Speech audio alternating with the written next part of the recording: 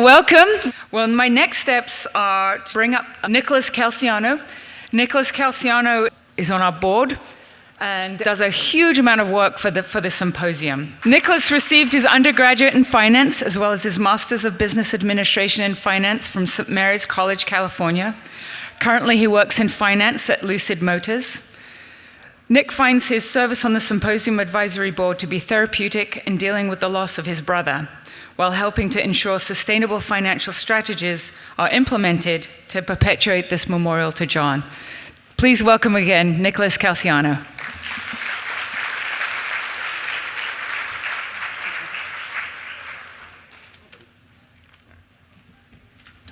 He loves microphones, so he wanted to say a quick hello.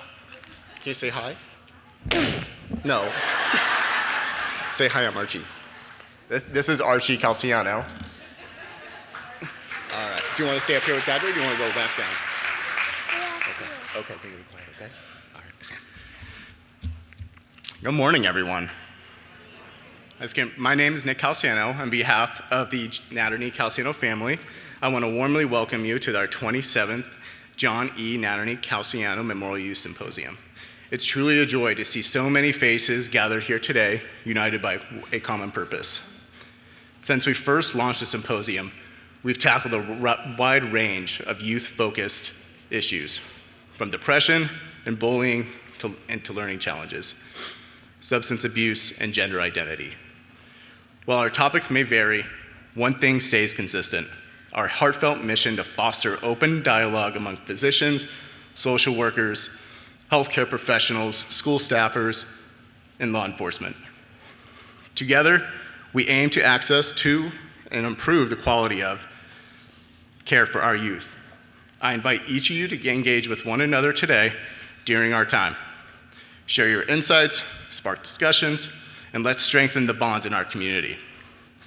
Today, we dive into the vital theme of youth mental health surrounding social media impacts, services, youth perspectives, early intervention, and well-being. This topic will empower you to make a difference in preventing the heart-wrenching tragedies too many families face in our community today. For those of you that may be new to our event, welcome. I want to take a moment to share a little bit about my brother, John.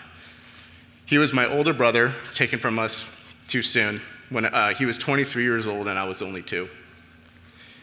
Though I was not old enough to have any memories of my brother, this mission fills my heart with love and knowing how grateful he would be to see how this symposium's success and impact the symposium has on our community today. Though this event bears his name, it stands for so much more. It symbolizes the shared experiences of families not only coping with the loss of a loved one to suicide, but also to the countless challenges our youth face today, be it behavioral issues, substance abuse, violence, or learning difficulties. Our family is truly humbled to see this symposium, how it's blossomed over the years, drawing so many people, so passionate, in the face of our loss. Witnessing our community unite to help prevent similar tragedies and hardships has become a beacon of healing for us. On behalf of my family, I want to extend our deepest gratitude to everyone who has poured their hearts and soul into making the symposium a reality year after year. The dedicated members of the Symposium's Advisory Board, whose insights and hard work would make this event possible. Will you please stand so we can give you a round of applause?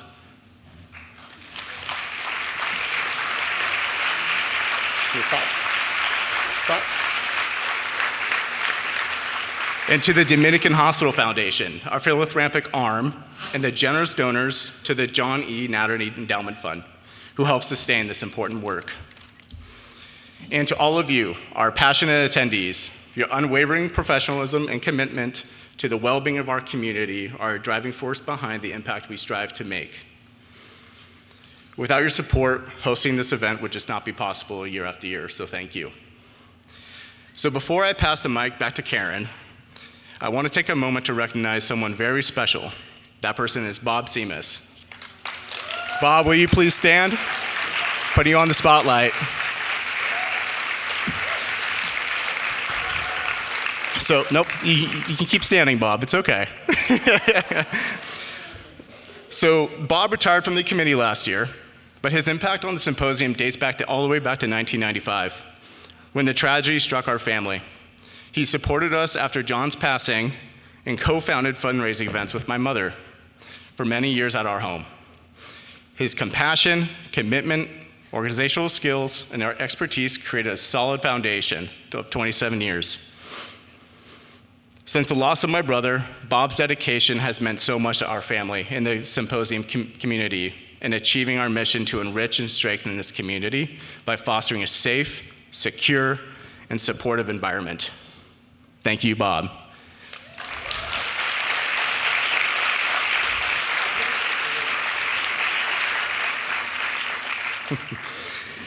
Thank you all for being here today.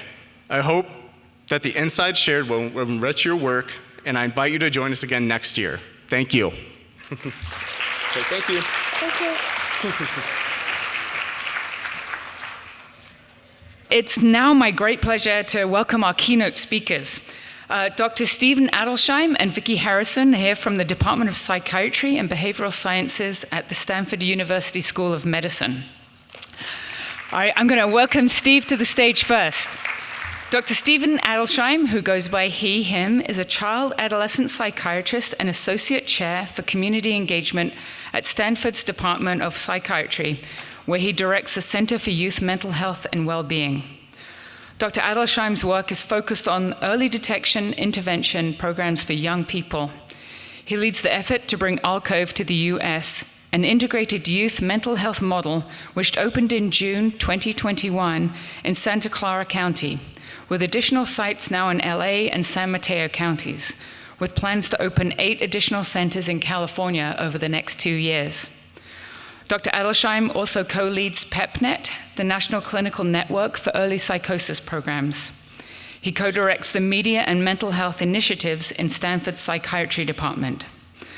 Dr. Adelsheim has partnered for many years with Native American and tribal partners on expanding early intervention mental health supports for tribal youth and has worked in school mental health at the local, state, and national levels for many years. Please join me in welcoming Steve. But now, you're going to have to stand here while I introduce Vicki. So it's now my great pleasure to introduce Dr. Adelsheim's co-worker, Vicki Harrison, who goes by she, her. She has over 25 years of experience working within the public health, educational, and mental health sectors, developing innovative, community-based programs at the local, state, and national levels. As program director of Stanford's Center for Youth Mental Health and Well-Being, she develops and implements a portfolio of projects promoting early intervention and increased access to mental health services and support for young people. These include ALCOVE, a first-of-its-kind integrated youth mental health model in the US, Good for Media, a youth-driven peer mentoring program focused on social media and youth mental health, and Stanford Psychiatry's Media and Mental Health Initiative, partnering with the media, mental health, and technology sectors to enhance the positive impacts of media on youth mental health and well-being. Vicki is lead editor of a new book, Social Media and Youth Mental Health, published by the American Psychiatric Association, and is a frequent speaker for conferences, trainings, and media interviews focused on youth mental health, social media, and suicide prevention. Vicki is a co-founding member or founding member of TikTok's US Content Advisory Council and also serves in advisory capacities with the California Partners Project, Design It For Us, Stanford Children's Health, and the California Children's Data Protection Working Group. Please join me in welcoming Steve and Vicki. Thank you so much. Thank you. Well, good morning, everyone. I just have to say what an honor it is for Vicki and I, Anna Lilia from our team, and for many of the young people that are here today to be here with all of you. I want to thank the Naderni Calciano family and everyone that's been involved in planning this event. I will tell you that the planning has been really going on for about a year. And we've been meeting, with members of the advisory group for quite a long time, really putting together what we hope will be a wonderful day for you. And I just want to reflect the passion of that group and the commitment to bringing really critical programming to your community, and the importance that they feel, and the love for the community, the love for John, and the reflection of that, and how much they have given back for so long. And I just have to say, as a father of 4 children, with a strong and committed family to working in mental health and social justice and youth support, it's just incredible to be able to be here to sort of witness the caring in this community and the commitment you will have to each other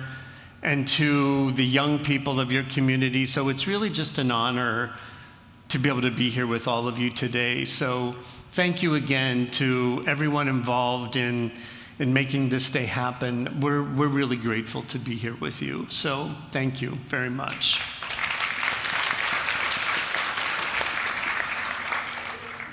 So I'm going to kick us off by really talking a little bit to just give an overview of the work that we've been involved with, and why the youth mental health sphere has been so important for our work.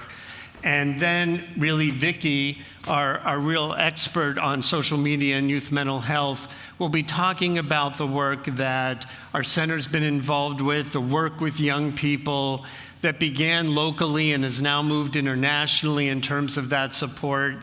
And you will see what's been very important for our center and our team is the importance of youth voice. And so we're really also grateful to the advisory group and the planning group to allow the voices of young people to really be leading the way for all of you through the discussion this morning. So that's our plan for the next little bit of time. To tell you a little bit about our center, I came to Stanford 11 years ago from New Mexico, where I'd been working for 28 years. I did my adult and child psychiatry training there, and then went on to work within the state, initially in the area of school mental health. I was the director of school mental health programs for the state of New Mexico for about 16 years, then became involved in developing telehealth initiatives for young people in what is a very rural and frontier state, and then moved into work around other areas of early intervention that we'll talk about with a focus on early psychosis. When I got to Stanford, after being there 1 year, I got to work with Vicki, who joined our team, and together we really started working to develop our center, and you can see our members here now.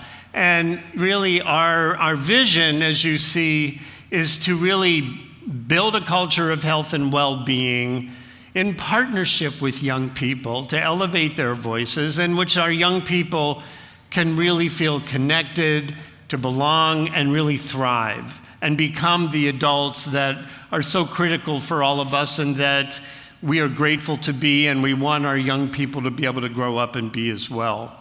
And you see the focus of our efforts. We focus mostly on young people 12 to 25. As I mentioned, we really want to support youth voice at the core of all of the work we do, and you'll hear more about that happens. We're very committed to the whole notion of building access to early mental health supports and wellness supports for young people. And we try to do that through a number of means, really including building awareness, building education, and increasing, as I mentioned, broader access to support. So we have a number of initiatives out of our program. You'll be hearing about several of them today. The integrated youth mental health centers, the Alcove centers, I'll talk about that in just a couple of minutes. Vicki will be talking about the work related to the media efforts and mental health. And, we're not going to go into as much detail today around that as it relates to our work focused on suicide prevention and postvention. But, I will share with you that addressing youth suicide issues has been really critical work for me for many years, going back to my time in New Mexico and really trying to address the whole issue, particularly around suicide contagion and ways that we can prevent that, and also educate about ways to bring more supports to communities to prevent additional suicide risk. One of the ways we've been involved in doing that has been working with the media around following national guidelines for addressing writing about suicide, and that's been an important part of our effort. It became an issue when I was working in New Mexico around trying to stop suicide clusters, and then continued when my family and I moved to Palo Alto to go work at Stanford. The year after we came was what was really the second youth suicide cluster in Palo Alto in a 5-year period that then re-involved not only working with the schools to address this issue, but really actively working with the media in that community to try to decrease the risk of other young people dying by suicide. As was mentioned earlier, we've been involved working with indigenous communities for many years, and as you all may know, Native American youth have the highest youth suicide rate of any community in the United States. And so it's been very important to provide ways of developing culturally based supports. Many communities are rural and remote and don't have access to child mental health supports in a very active way, so that's been an important priority for us. We've also been involved in looking at other means of early intervention, and this whole notion of early psychosis intervention is one that I had the chance to learn about many years ago when I was still in New Mexico. And really it's around the idea that if we can identify young people who maybe just are starting to wonder if they're hearing voices, to wonder if those students across the hallway are really talking about them or having a different conversation, or really just beginning to develop some of the early signs of losing touch with reality. What we find internationally, and the literature really shows, that early intervention at those times is really critical as well. And we can identify young people very early in those processes or when they're at risk for them and link them to early services. We can delay or even in many cases prevent the movement to more serious psychiatric illness and psychosis. So that's been another critical part of early intervention that we've really worked on. And finally, the school piece has been critical. School mental health is finally getting more attention and focus and funding. We have within the state of California this brand new fee schedule that will help pay for mental health services in schools really for the first time, whether young people are uninsured or on Medi-Cal or have commercial coverage. So it's really a critical time for school mental health. And at the same time, it's so hard to find child-trained providers and build that support. We need to keep building and supporting those opportunities as well.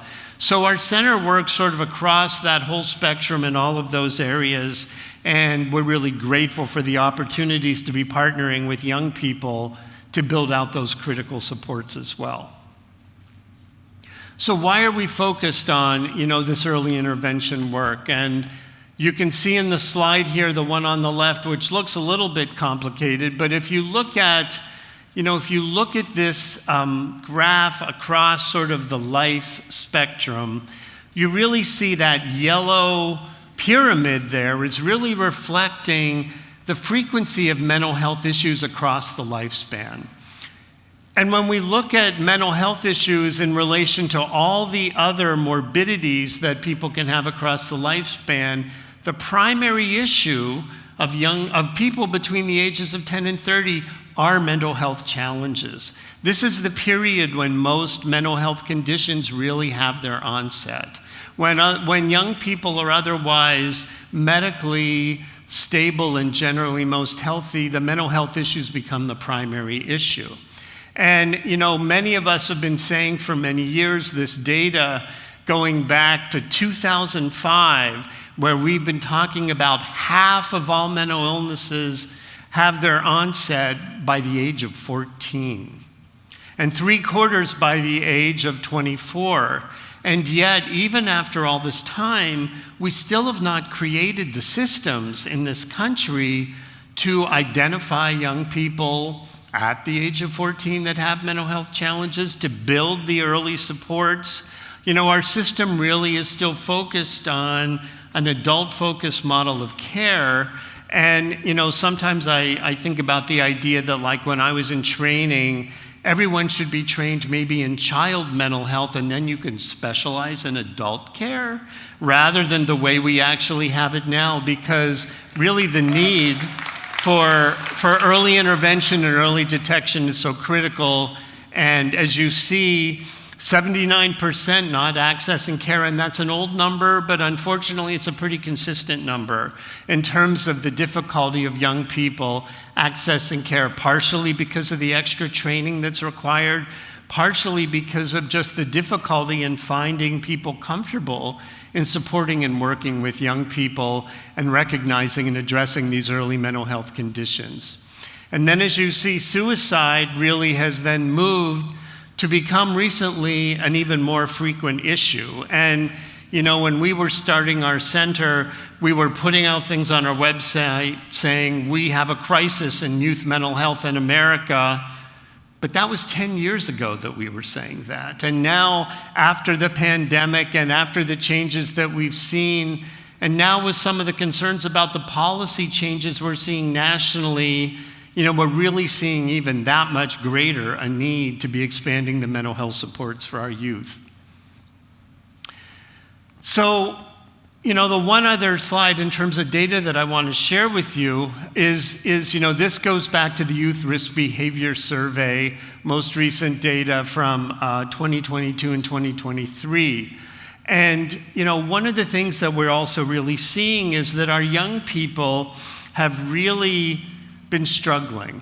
As you can see, the percentages of young people that are dealing with anxiety and dealing with depression has continued to go up, you know, over the course of the pandemic and coming back to school, and the losses of socialization that happened during the pandemic have also increased the risk for young people.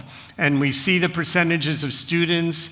We see the huge need for support for our LGBTQ plus community, who are also at higher risk. And certainly right now, as we're seeing sort of the challenges our families are facing for the LGBTQ and the transgendered community in terms of the lack of support and the negative attention being focused on that community, the needs are even greater to expand that support. And I was really grateful to see the transgender family support table out there as well. I mean, this work is really critical right now.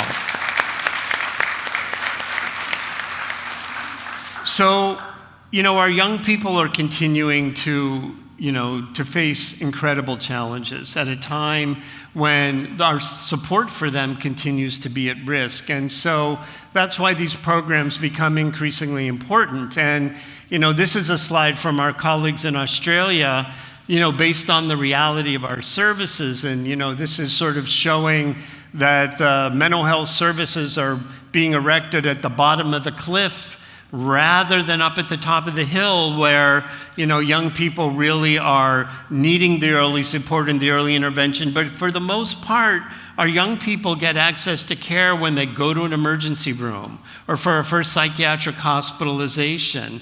And we really haven't been successful, as we mentioned, in building those upstream supports and services. So our commitment as a center has really been around this idea of how do we build a public mental health early intervention model for youth.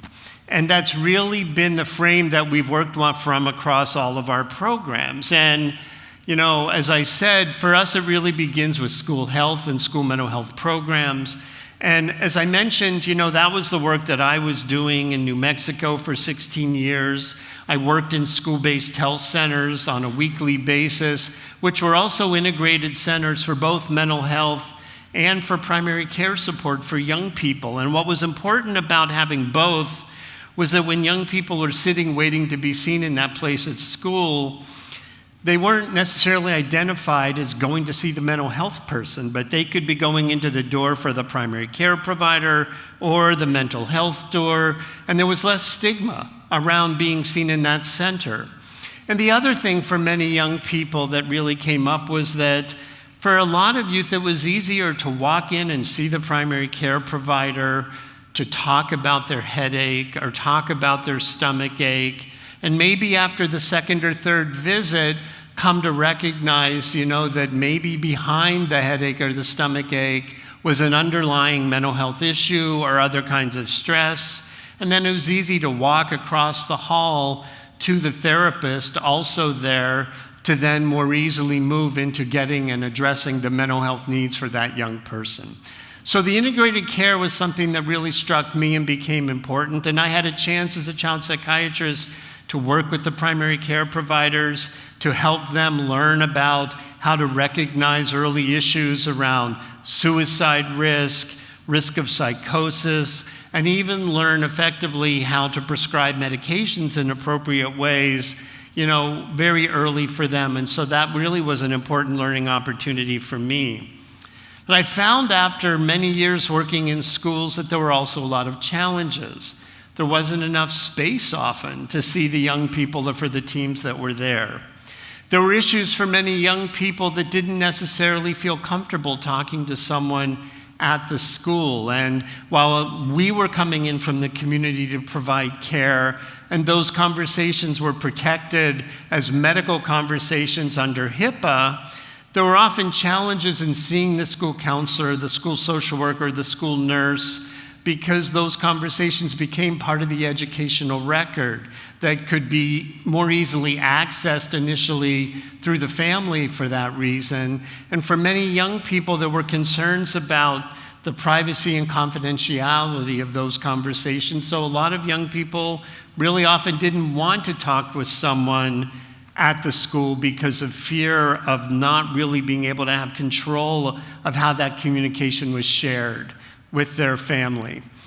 Another aspect that became important was, I worked in schools where maybe the principal would turn over every year. And every once in a while you would get a principal that says, well, our job is not about health, our job is about education. And it's really great that you're here, but thank you very much. This is not our priority anymore. And so dealing with those issues also became complicated. And then there were summer vacations and issues when schools would shut down and one would lose the continuum of care. And so one of the things, that concerned me was how do we find other places in the community to partner with school mental health services to be able to link those supports? And so, I happened to learn from colleagues, there was this program in Australia called Headspace that was not the meditation app, but way before it, and really was a place where young people were getting early care for these issues, for early mental health, for physical health, for support education employment. And so, we were able to get an opportunity to learn from our colleagues in Australia. The Robert Wood Johnson Foundation gave Vicki and me a grant to do a feasibility study, to learn more about that model, and to think about what it would mean to bring it to the United States. And that ultimately is how Alcove was born, and we'll talk about that a little bit more. But then, as you see, what we're really trying to do is build this whole continuum of support so that young people have options of where to go safely and comfortably, whether it's at school or comfortable places in the community where they can recognize and get support. And the early psychosis piece continues to be important because one of our hopes is that as we train people in schools to recognize symptoms for early psychosis or have Alcove centers develop as places, we're hoping that young people who might be at risk will come into these places early and someone can recognize the challenges they're facing and link them to that early and appropriate care to be able to get the support they need as early as possible. So, we've been working to develop these integrated youth health centers called Alcove. As I said, it's been 12 years that I know I've been working on this, and Vicky's been working with me for 10. And the idea, and as we learn from our international colleagues, is these are places for young people to come in to get a whole range of early mental health supports and other health supports. So you see the core services of the Alcove Centers include mental health, physical health, early substance use intervention, peer and family support, as well as supported education employment. What's been really unique about these services is the role of youth voice in terms of them, the importance of seeing everybody that comes in. You know, the name is no accident. Our first youth advisors really developed the name all for every young person can come in the door and be seen. And this notion of a cove as a safe, protective harbor for young people to get the care they need in a safe and supportive environment.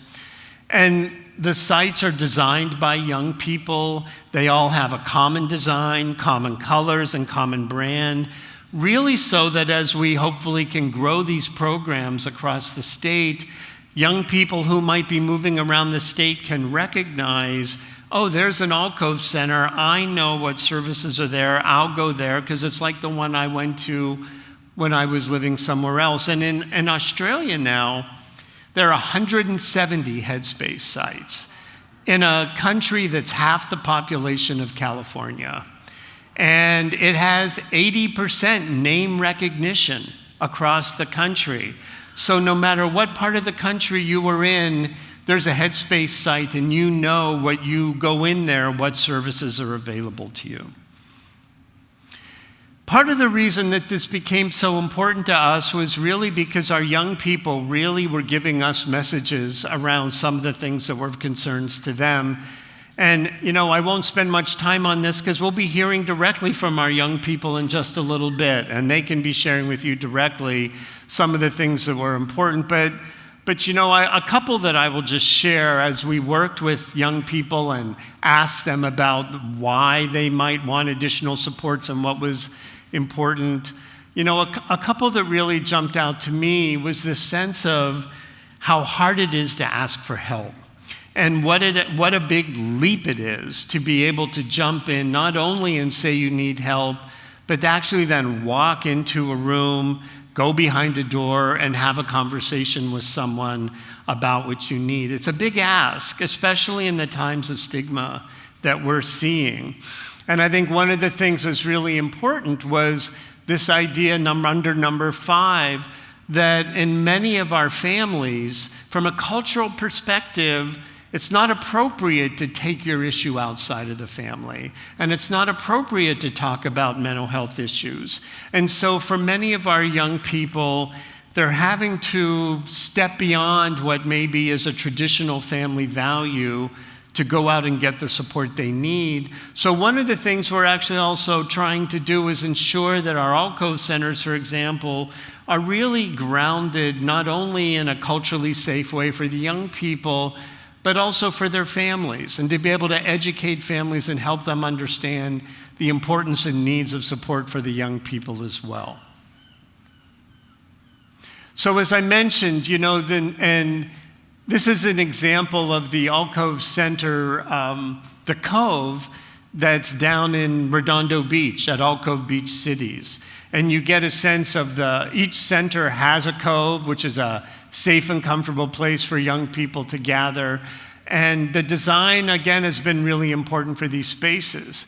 But as I mentioned, you know, they're very focused on early detection and early intervention. We're really ensuring that each center has a very active youth advisory network that's guiding all the services. Ana Lilia, who you'll hear from in a little bit, was our first youth advisor in starting the Alcove Centers that began in San Jose and in Palo Alto. And she is now our statewide leader and trainer for all of the centers across the state that are developing and helping them develop their roles, their youth advisory groups, and is just doing an incredible job in supporting all these programs and people and the young people all over the state that are also involved in advising our whole center. So as you see, the youth are very involved in many and all of the aspects of the program. Each center also has a community consortium. And as I look around the tables out there, I see, these would be your community consortium members. If there was an Alcove Center here, I have to say we're very excited to be partnering with folks in Watsonville who really are going to be starting a wonderful Alcove Center there that you will have to go see and support and participate in, and hopefully soon, we can be working with your community to develop one, right here in Santa Cruz as well. But the community voice and the community involvement are critical to making these services happen. So, as was mentioned earlier, we really began with our 2 centers in Santa Clara County. Beach Cities opened up almost 2 years ago. Alcove San Mateo opened up a little over a year ago. And then hopefully our sites in San Juan Capistrano and Sacramento will be opening this summer. So we've been working with these communities now for 2 or 3 years. They have some state funding to get the program off the ground. And then this last year, the state added 6 more sites, including the one that's going to be opening in Watsonville. And as I mentioned, we're very excited to be partnering with the community there. And what you see here really is also the diversity of communities from a cultural perspective and the needs from, the Yurok Center. The tribe is going to be starting an Alcove Center in a very small place where the Trinity River meets the Klamath River, right on the river's edge. And, the needs in that community are huge. And then the folks in Marysville, in a rural community up north, will be starting a center. And, we're a ways away from, the 350 centers we need in California, but it's an important start. And we're really excited to be partnering with all of these communities to get things off the ground. So at this point, let me hand things to Vicki, who's going to talk with you about the social media initiatives that we've been involved with and how we can build better support for our young people in that area as well. Vicki.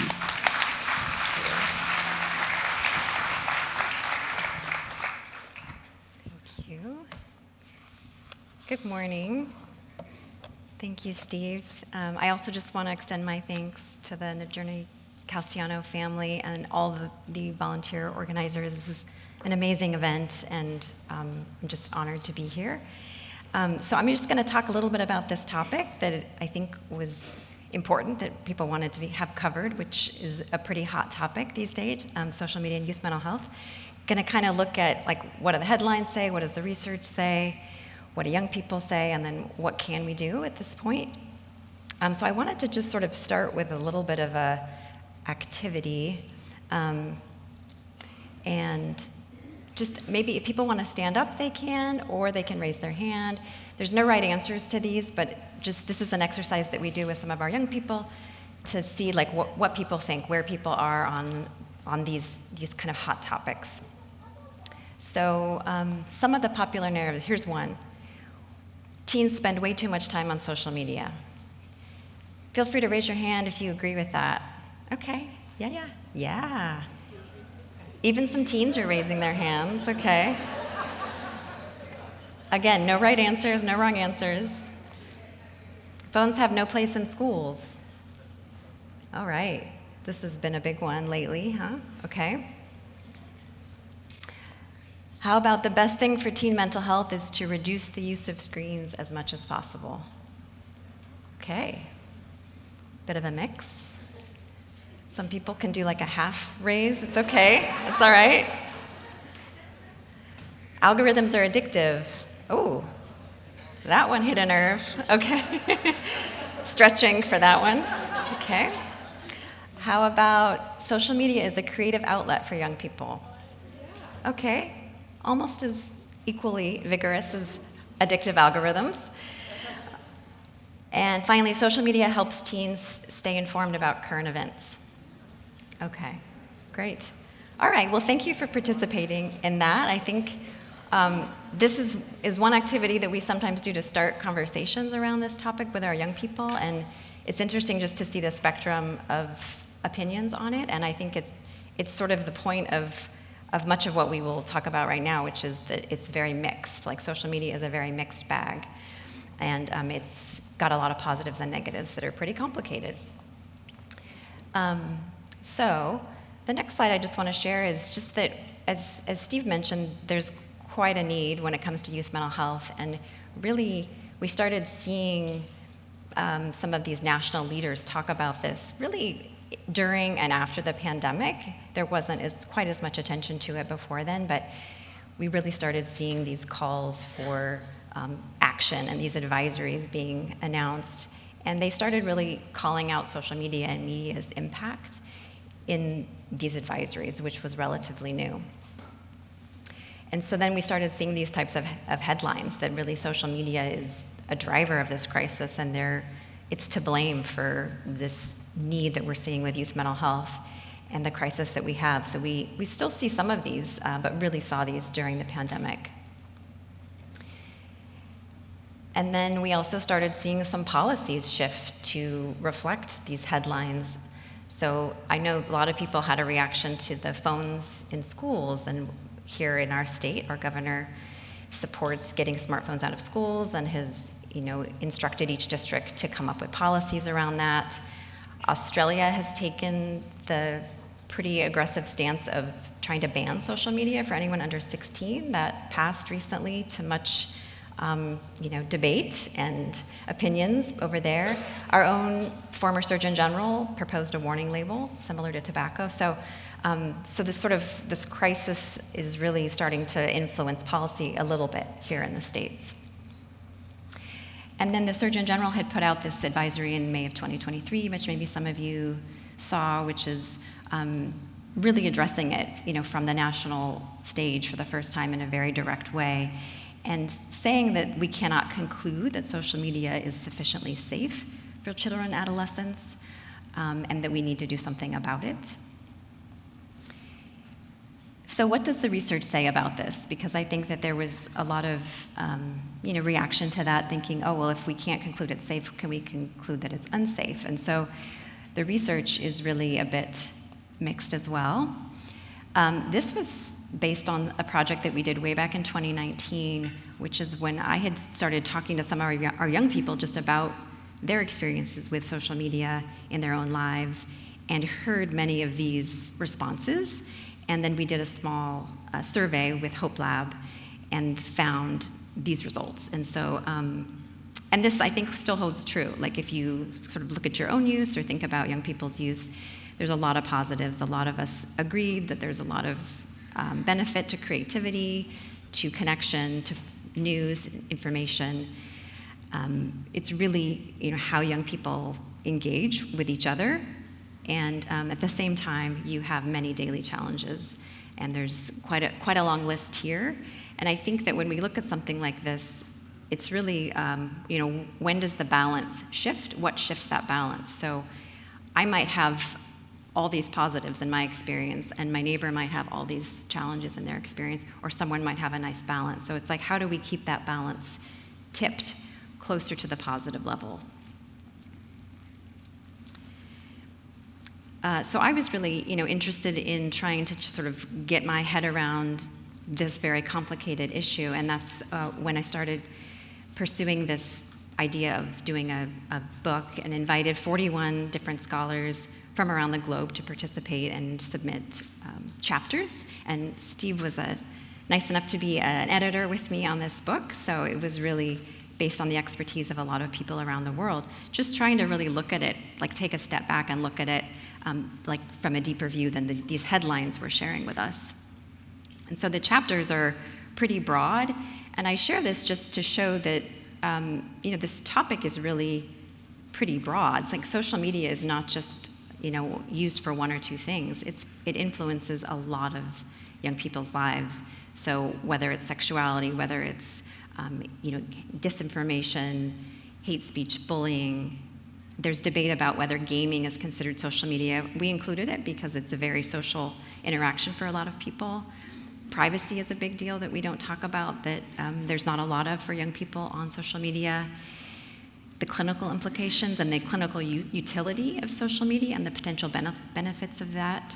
We hear a lot about body image and concerns around eating disorders, suicide, self-harm, but not as much about intersectional identities and those experiences or the agency that young people want. So really tried to look at it from this diverse viewpoint. And so just to give you some highlights of what we present in the book and what we kind of learned from it, and this was something that I really wanted to include, which was just the prominence of media in young people's lives and how much of youth culture is based on media. And that was true even before social media. I mean, if you think about TV and movies, it's a big part of pop culture. And as many of us here know, adolescence is considered a quote-unquote susceptible period. The brain is very plastic, and it's able to do very amazing things, and it's intentionally malleable so that young people can learn and grow and develop. But then when you think about people having potentially symptoms or emerging mental illness, as Steve pointed out with the statistics, that it's really adolescence when that emerges. And so we could consider adolescents and young people more vulnerable as a result if they are experiencing that. So should we be treating them that way when we come to designing media that may be used by people who are quote unquote vulnerable?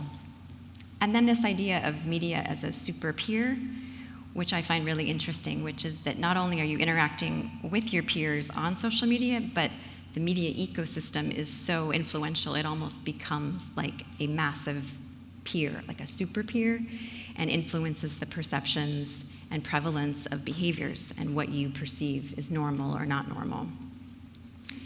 And there is some research showing that just like the reactions that young people get from social media, regardless of the content they're interacting with, but the reactions they get or don't get from their peers, that impact is so strong just because their developmental need for peer support is so strong that has a very strong reaction for them. And I think we all know that social comparison is a big issue, and some of that is normal, right? That's like a normal developmental task. People are trying to figure out who they are, and so they're comparing themselves to people that they're seeing because they're trying to figure out where they belong in the world and what their place is. And how do the algorithms and the way that we've designed media distort that, or do present it in a way that's not exactly what their daily experience would be.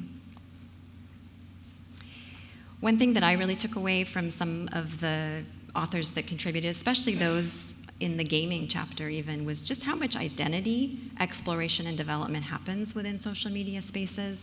I think some of the benefits of the anonymous nature is that people can kind of explore their identity, even if you think about skins people put on in games, or being able to maybe experiment with parts of themselves that they aren't sure about. It's really beneficial for them in that way. And so both healthy and unhealthy relationships do take place on social media. And it can be very accepting for people who maybe aren't finding acceptance in their daily lives or at school, that they can find that community online. But there's also a lot of othering and a lot of kind of unrestricted bullying or hate that can happen as well. So again, this double-edged sword. Some notable risks, just because they are there, to just call attention to, the big ones that we hear about, just body image. It's very prevalent. It's pretty hard to avoid in online spaces, kind of coming across content that could be exploiting this concern. I would say social media in general, just by definition, it's a very visual media. I mean, it's happening with photos, and so it sort of forces self-objectification. So through whether it's selfies or photo editing, likes, comments, shares, influencers, like this becomes, like this reward system and this quantification becomes sort of like a currency. And so that really sort of sets up some challenges when it comes to people really, having body image issues or self-esteem issues. And then the issue of those intersectional identities and how algorithms can really replicate oppression that happens in society and maybe favor and amplify content by people with privilege, which happens, in society, but then can happen in many different ways and maybe unchecked ways online.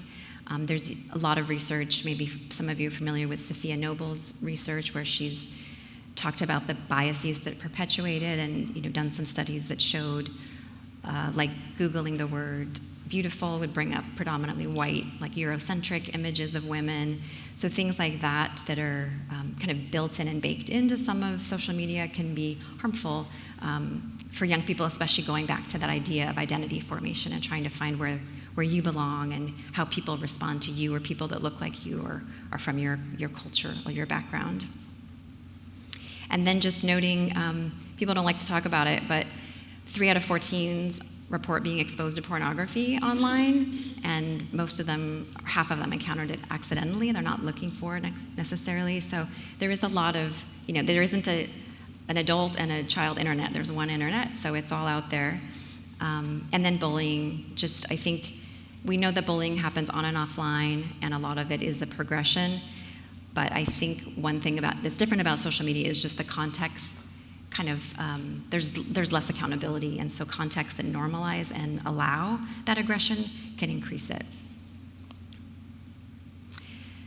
So something that I find really helpful that some of our colleagues contributed to in this chapter 7 of this book is what makes social media use enhancing or harmful. So we know it's very mixed, so how can you tell if it's going to impact someone good and someone else in a bad way?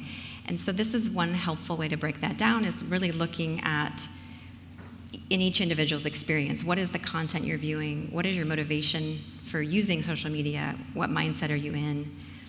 How literate are you? So what past experience have you had, or what cognitive or affective structures do you have in place to mitigate those risks? And then the context of your world. Are you supported? Do you have a support system and people to talk about this with? Have you gotten education around it? Or are you alone in a hard spot, dealing with a difficult circumstance? And so this mixture of elements can really affect the way someone has a different experience online. And especially this mindset of, sort of like I'm in charge and I'm empowered to see what I want to see and not see what I don't want to see, versus just sort of letting everything come at me and that it's just what I have to kind of sit and deal with because this is what everyone else is doing and this is what's important. So just to kind of underscore this, I just wanted to, come up with some scenarios of like what some young people's experiences might be, different user scenarios. So someone like Francisco playing Roblox with friends for a few hours after school every day. Saul engaging in subreddits related to her chronic health condition. Juliet has 20 different snap streaks going with her friends, one that's been going for over a couple years. Darla refreshes her Instagram feed about 50 times a day, scrolling news headlines, also posts from friends and celebrity influencers she follows. Ahmad creates and interacts with AI chatbots based on fantasy characters. B creates TikTok videos showing themselves doing makeup applications and is maybe going to start getting paid for that. And then Mariela is learning 2 languages on Duolingo, as well as listening to Spotify and watching YouTube shorts every day. And the reality is that a lot of young people are doing all of these things, so this could also be one person, because most young people are using 5 to 6 different platforms each day.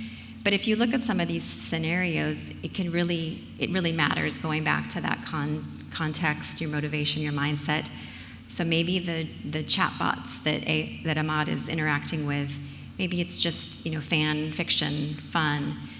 But if Ahmad is depressed or having thoughts of self-harm and looking for companionship, that could end up in a different way than if it was just for fun and sort of with peers to enjoy fantasy. Saul, maybe if he is trying to manage like a learning disability and trying to find community in something that he struggles with and finds support online, that could be really great in subreddit. But if he's looking for eating disorder content, that could go down a really dark rabbit hole. So it really depends, again, the context and how people are using these platforms. So this just sort of illustrates the different user experiences that people have. And this is, again, what other research has also shown. So Hope Lab and Common Sense Media did this report that came out last year and titled it A Double-Edged Sword, which is the perfect title, specifically for LGBTQ plus youth and youth of color, calling out how social media really offers important opportunities for support and identity affirmation, but also greater exposure to harassment and stress. And then mentioned how youth with depressive symptoms are more vulnerable to social comparison and pressure to show their best selves or perform. However, they're also more likely to find resources to support their well-being and curate their feeds and try to control that for what they don't want to see. Another one that came out was the National Academies of Sciences, Engineering, and Medicine did a report, big report, a bunch of experts looking at this issue, and they couldn't establish a summary of the relationship. It's just so mixed. So as they put it, despite the concern, it's hard to offer an overall summary of the relationship, observing that the effects are both helpful and harmful and accrue differently to different users. This came out just also last year, and Steve was an author on this commission report. And I just wanted to mention it here because they were kind of looking globally at youth mental health and talked about how mental health for young people has been declining over the past 2 decades.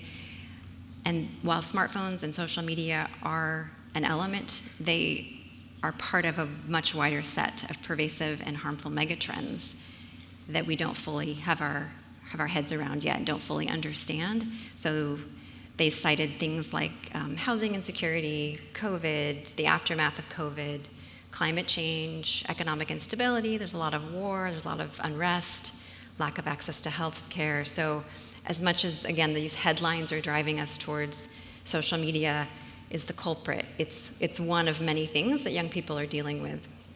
So it's important just to look at the big picture. And I just wanted to call this small study out that from our colleagues at AIM nearby.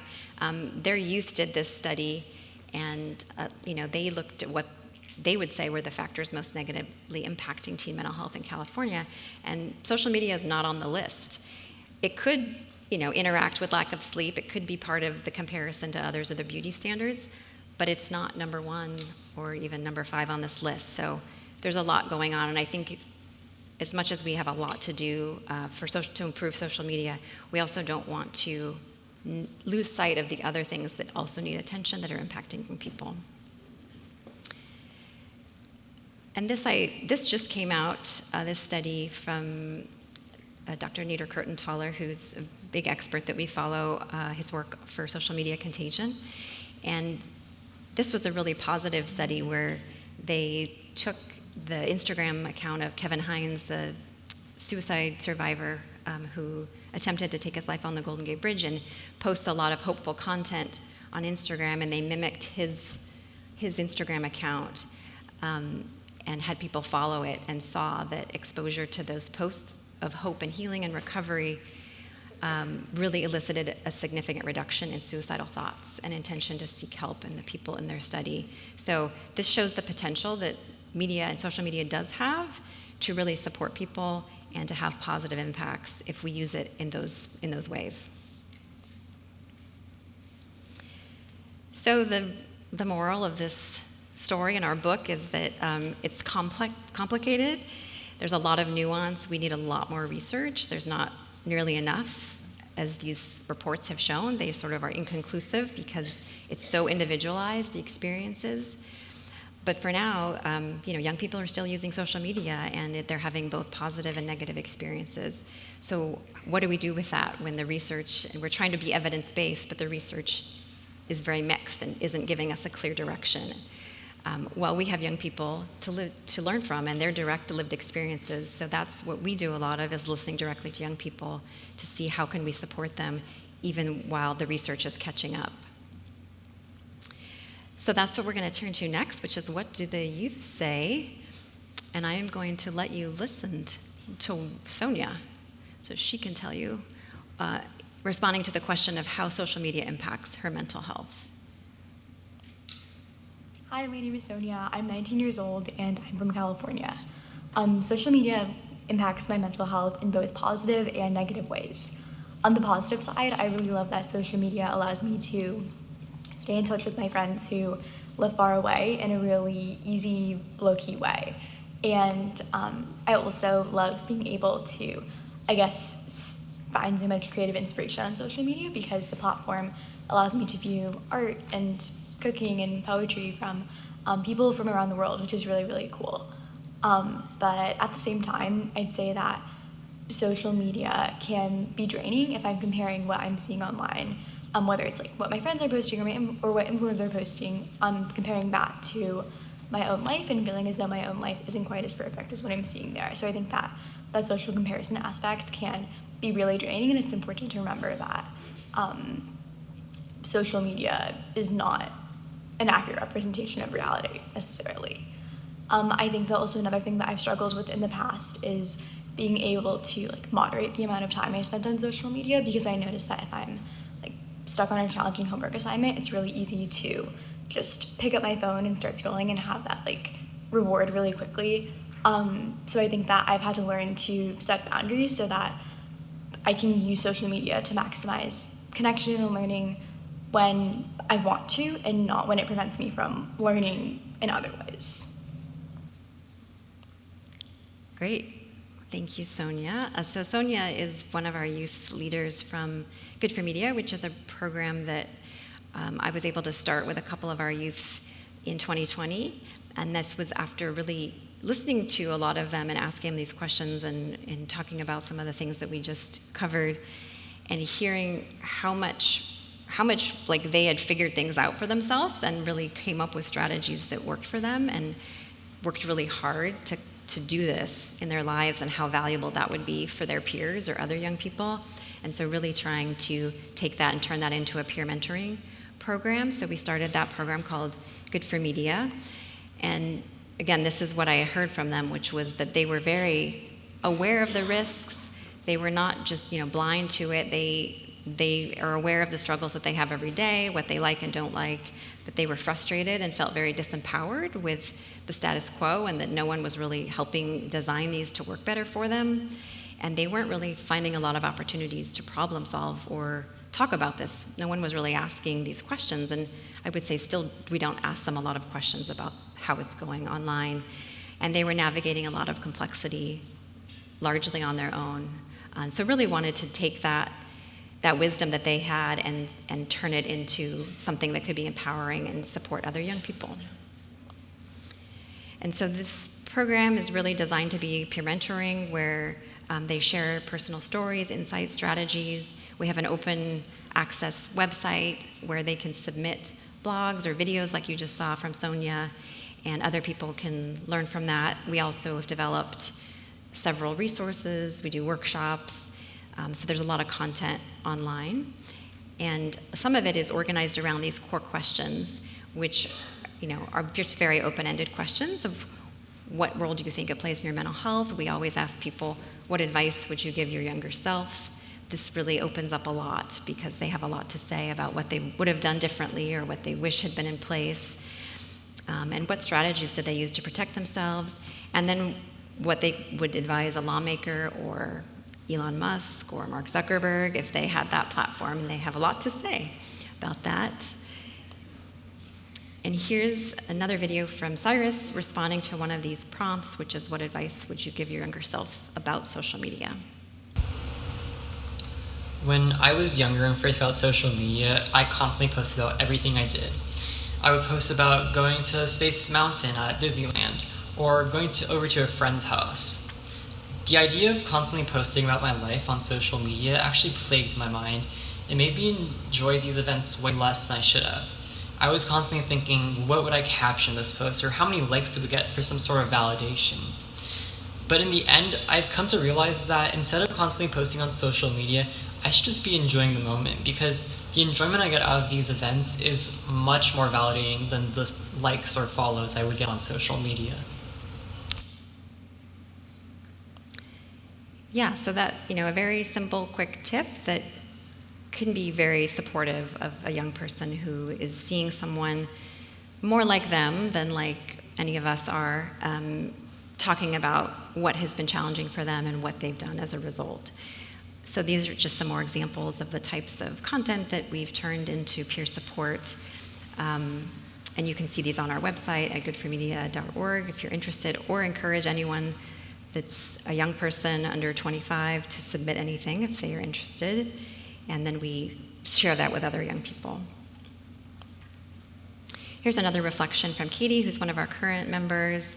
She decided to take a break from social media just on her own and told us that she was going to take 6 months without social media, and she decided to blog about it. And then these are just some quotes from her reflections at the end of her break.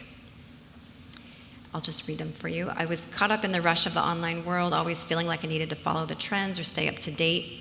I seldom left time for myself to think about the opinion of others influencing my ideas, and in turn I lacked the originality and true curiosity. While the noise of social media is not all bad, I found that it takes away from my peace of mind. These apps have made me crave constant mental stimulation, whether I'm waiting in line at the doctor's office, eating lunch, on an airplane. Social media has shortened my attention span so that I find it hard to read a book for more than 20 minutes, and I'm constantly multitasking. So Katie decided to go back onto Instagram. So she only went back on one app, which was interesting. So she did go back on, but she said that she was going to use social media in much more intentional ways. So she really had a lot, of reflection about it and shared that with us. And we've talked a lot about this attention span influence in our Good for Media meetings. We meet every week. And a lot of them have talked about how social media has changed for them and their use has changed over time. And some of the things they share are that they can't watch long-form videos anymore. They just don't have the focus for it. And they really do feel like their attention spans are being affected, which again, I think is something that we need a lot more research on. We do have a chapter on that in the book that we did. And there's a lot of really interesting neuroscience, but we don't really have a good grasp on it and how that's really impacting our brains. But just listening to what young people are saying, they are feeling that. So whether we have research showing it, it is something that they're feeling and aren't happy about.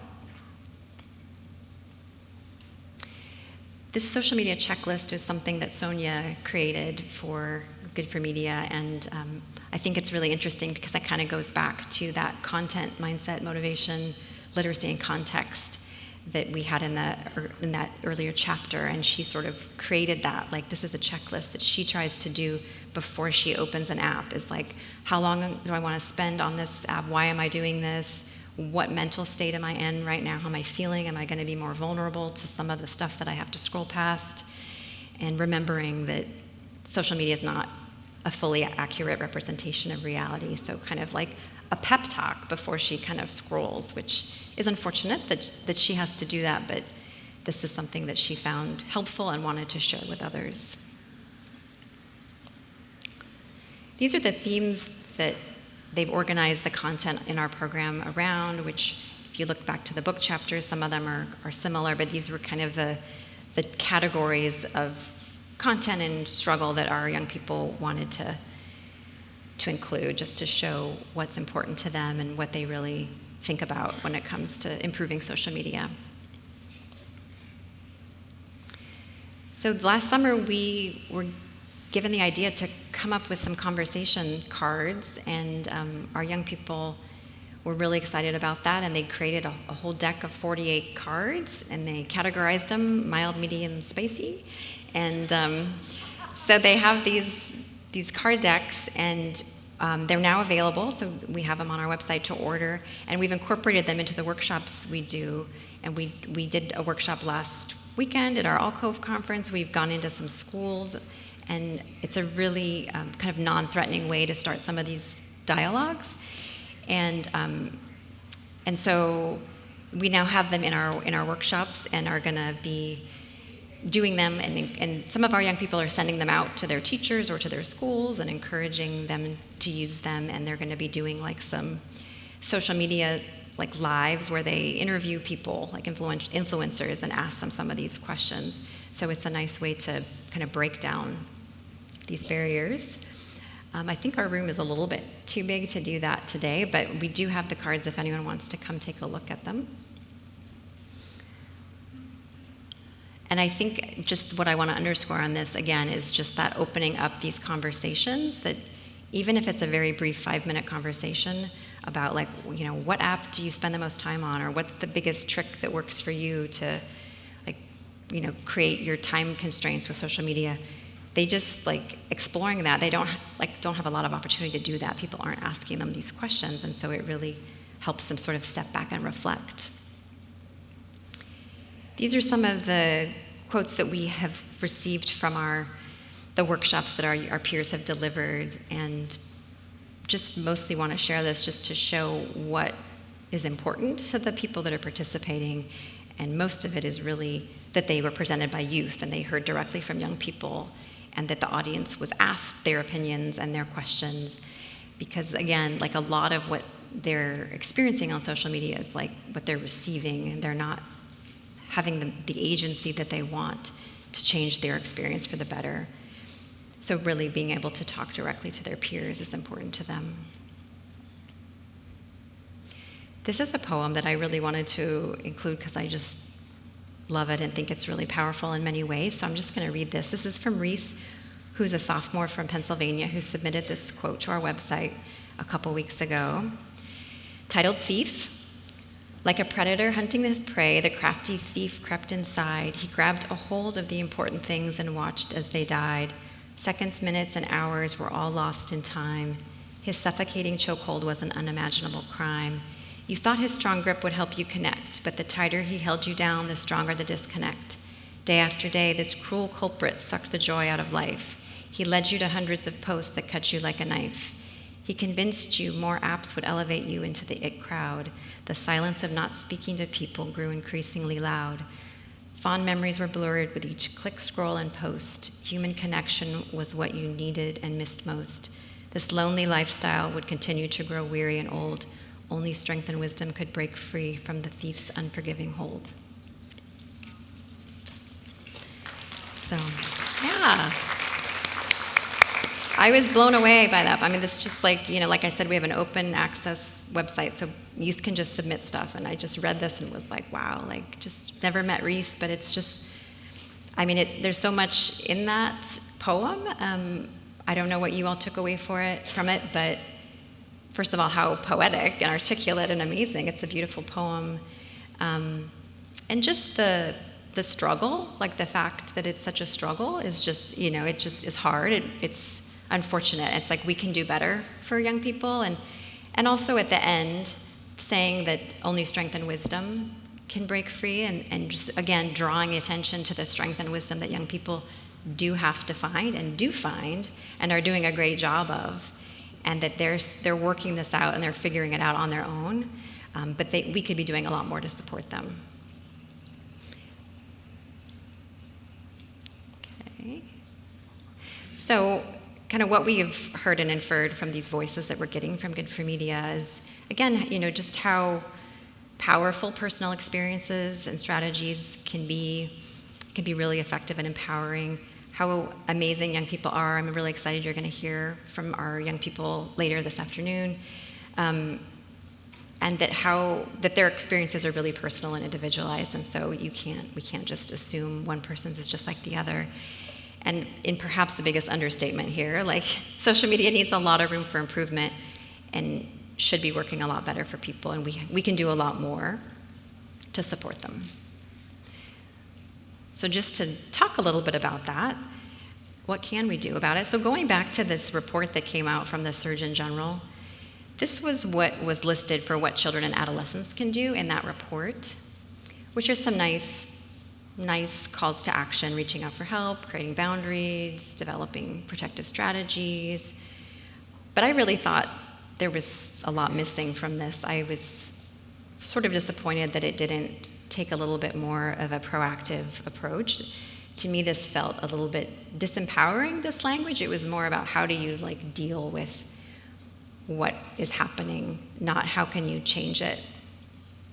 So this is something that we talk a bit about, which is, you know, not to create these self-fulfilling prophecies. And I I've heard it even with young people talking a little bit more recently, that they're sort of parroting some of the headlines of this crisis, and this language is really, I think, sinking in. And so are we really empowering them, or are we kind of perpetuating this disempowering narrative with these crisis-oriented headlines, like social media is driving youth mental health? Because it does create a lot of shame then when they are finding fun and creativity and enjoying connecting with their friends. So are we disempowering them, or are we finding ways to really support and uplift their wisdom and doing a better job and driving solutions to make it better? So I suggest we reframe it and we ask our young people, okay, what needs to change? What should we be doing so that you aren't having to write a poem about your struggle? You know, how can you have a better online experience? Is what is and isn't working for you?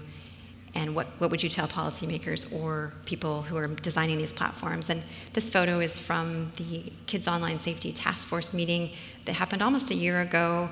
That was for the Biden-Harris administration, and also it was a room full of trust and safety professionals from most of the biggest platforms, hosted up at Stanford. And we were able to bring these wonderful Good for Media leaders to speak to them, and they spoke for 90 minutes and just like shared some of their experiences. They said what their favorite thing is about these apps, what their least favorite thing is about these apps, what they want to change, what's good and bad, and it was really wonderful to see, because the rest of the day, all of the adults referred to the young people's experiences and started bringing their insights into their conversations. And so this is what we need a lot more of, so that they are going to actually incorporate these ideas into design, so it's going to work better for young people. And then Audrey in the purple was actually able to go to the White House when they unveiled these recommendations last summer, which was amazing that she got to go do that. So as much as this program started out as being a peer mentoring program, that we really wanted to have peers supporting peers and sort of a grassroots during COVID moment, we've gotten some exciting opportunities and stages, and our young people are leaning into it and excited to have their voices heard. So they've done a lot of media interviews, they've done some op-eds, they've done panels, and it's really been amazing to just have their voices lifted up. On the bottom left, that was testimony that I was giving, and I brought in some of their videos to the chambers at the California State Assembly when we were testifying for the Age-Appropriate Design Code a couple of years ago. And a couple of them have been invited to be part of a film that's being made. So it's really amazing just to see these youth voices being uplifted. And they have pretty astute opinions. Here's Chloe talking about the bans that have been proposed. So her perspective on banning apps. Quitting social media altogether is a relatively unsustainable approach. One-dimensional messaging about reducing screen time also signals to youth that social media is inherently bad. This can quickly overlook the idea that social media can have real benefits and undermine the work of advocates who envision a safe, empowering, and engaging online space. In order to better support healthy online behavior, we need to actively develop and implement strategies, not just write social media off as fundamentally unhealthy space. So one way that we can start moving towards that, this is the Declaration of Rights that this other youth-led organization, Design It For Us, put out. They did a campus tour of about 6 college campuses across the country, including Stanford, and they listened to the students and asked them a bunch of questions and got them engaged. And they're doing a lot of advocacy work at the federal and state levels for policy change. But they've put out this Declaration of Digital Rights. And so if you look at these 12 rights, I mean, these are basic rights, right? Right to privacy, right to safety, right to not be experimented on, right to agency, the right to delete, the right to choice, transparency, accountability. These are pretty basic rights that we mostly do not have right now in the digital space. We don't really have any, solid privacy regulations or much in the way of regulations when it comes to these. And this is what they're asking for, and I think that we can do better by them and probably meet some of these demands. It also relates to this child rights perspective, that the work of Sonia Livingston in the UK has been really influential to me, and I know to them as well. And This is based on the United Nations, the Commission on the Child Rights and the Rights of the Child, where they included the digital environment in their charter, General Comment 25, and called on doing work in the best interests of young people as something that's a right for young people in the world. And so these design principles, can you imagine if we were designing our apps around these principles, how differently they might look and how much they will support those rights and how it would eliminate the struggle because they'd be serving young people's best interest rather than sometimes working in counter ways. So as far as what we can do, my advice here to this great group of adult allies is, offering these supportive spaces for reflection. These questions are not hard, they're not rocket science. They're just opening up open-ended questions about experiences, taking the time to really ask these questions, advocating for these safety by design, age-appropriate design, rights, principles, as we move forward in the digital age, and establishing a duty of care so that we really do recognize the adolescent brain, has amazing, unique vulnerabilities that we want to support rather than exploit. Consulting youth as much as possible because they're amazing, as you just saw, and they also need literacy. So we are in a digital age, so we can't just have one-off digital literacy. It just needs to be baked in, just like reading literacy is. And thinking more about the policies we have in schools. We didn't really talk deeply about that, but I know that with the phones in schools, there's a lot of discussion and bringing young people into those discussions, right? Because we asked that question, the same one I asked of all of you, and they did not raise their hands for limiting phones in schools, mostly because they need to use it. Like, technology is pretty embedded in schools these days. So just finding ways to maybe limit the distractions, but still involve technology. So that needs to be conversation with young people. And then keep listening and being curious. And then I'm going to let Jessica tell you what she thinks you should be doing more of. The conversation should not just be about screen time. It should be about what young people are actually experiencing online. Are they feeling pressured to keep up with others? Are they struggling with negativity? Are they using social media in ways that make them feel more connected or in ways that make them feel drained? Instead of assuming social media is ruining youth lives, adults should be asking better questions. They should be creating spaces where young people can talk honestly about what they're going through without fear of being judged. The internet isn't going anywhere, so the best thing we can do is help youth build the skills to use it in ways that support their mental health rather than damages it. Thank you.